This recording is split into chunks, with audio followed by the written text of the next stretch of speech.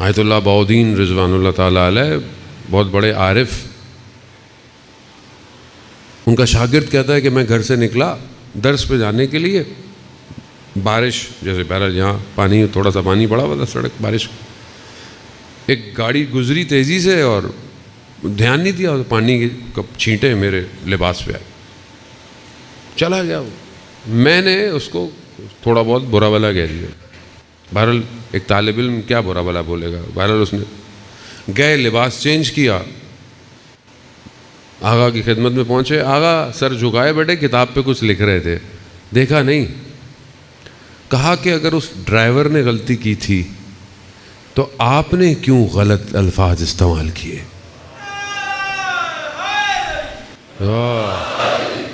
میں نے کہا کہ نہ اس وقت کوئی شخص تھا نہ ادھر کوئی شخص ہے، اللہ، رسول، مومنین کی جماعت دیکھ رہے ہیں، دیکھ رہے ہیں۔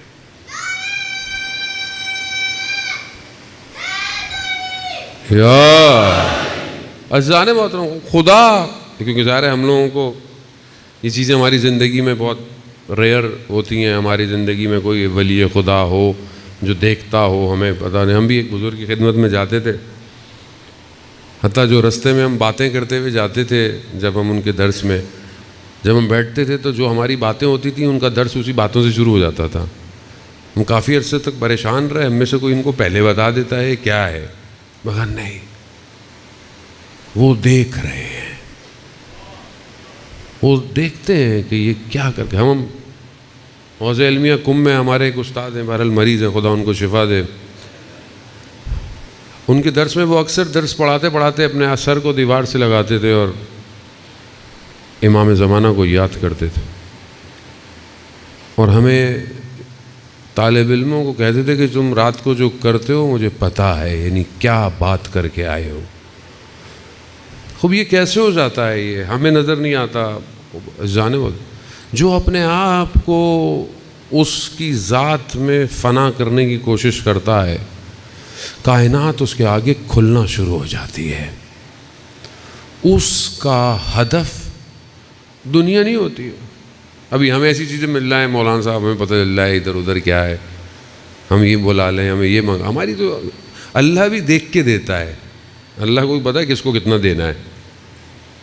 آیت اللہ نخوت کی اصفہانی رضوان اللہ تعالیٰ علیہ کہ ایک شخص بغض رکھتا تھا، رات کو وہ عبادت کے لیے جاتے تھے ان کے پیچھے پیچھے، اور سمجھا کہ میں اکیلے ہوتے ہیں، میں رات کو ان کو مار دوں گا، چھوٹی سی جو بھی اس زمانے میں اس نے اسلحہ لیا مار، اب پیچھے پیچھے انہوں نے مڑ کے دیکھا کیا ہو گیا، اب وہ اسلحہ نہ چلے، اس سے گھبرا جائے، بولا کیا کرو، کہا وہ کیوں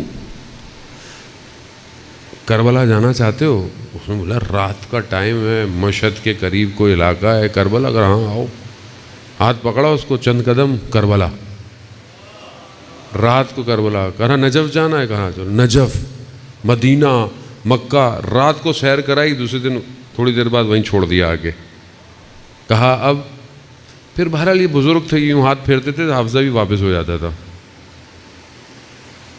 یعنی جتنا بتانا ہے دکھانا ہے، باقی ڈیٹا ڈیلیٹ۔ عزیزان محترم، خوب یہ ہے، لیکن اس کا مقصد کیا ہے؟ صرف بندگی ہے، دکھانا نہیں ہے، شو آف نہیں ہے کہ بہرحال آپ کچھ۔ اللہ کے ولی ہمیشہ معاشرے میں اس لیے ہوتے ہیں کہ معاشرے کی بیک بون ہوتے ہیں، معاشرے کو چلاتے ہیں۔ یہ تو نارمل ولی ہیں، جو خود ولی الزمان ہے، اس کے وجود کی وجہ سے یہ ساری چیزیں قائم ہیں۔ جیسے دنیا گریویٹی فورس کی وجہ سے ہم سب کو کھینچے ہوئے ہے، حجت خدا کائنات میں اس کا وجود ہر چیز کو قائم کرنے کے لیے رکھا ہوا ہے خدا نے۔ حدیث ہے کہ اگر حجت خدا ضروع زمین سے ہٹ جائے، پوری کائنات آپس میں ٹکرا جائے گی، یعنی قیامت آ جائے گی، ختم۔ حجت خدا ہر دور کے اندر، جب نبی تھے تو نبی ہیں، اوصیاء، اور پھر اس کے بعد یہ ائمہ علیہ الصلوۃ والسلام کا۔ اس امام کو سمجھنا اس لیے ضروری ہے جب تک آپ کو امام کی یہ معرفت نہ ہو کہ یہ ہستی کیا ہے اور اس خدا نے کیوں رکھا ہوا ہے تب. لیکن کیونکہ خدا ہی سمجھ میں نہیں آیا آج تک، خدا کیا ہے، لا الہ الا اللہ زبان سے پڑھا اور گھر چلے گئے.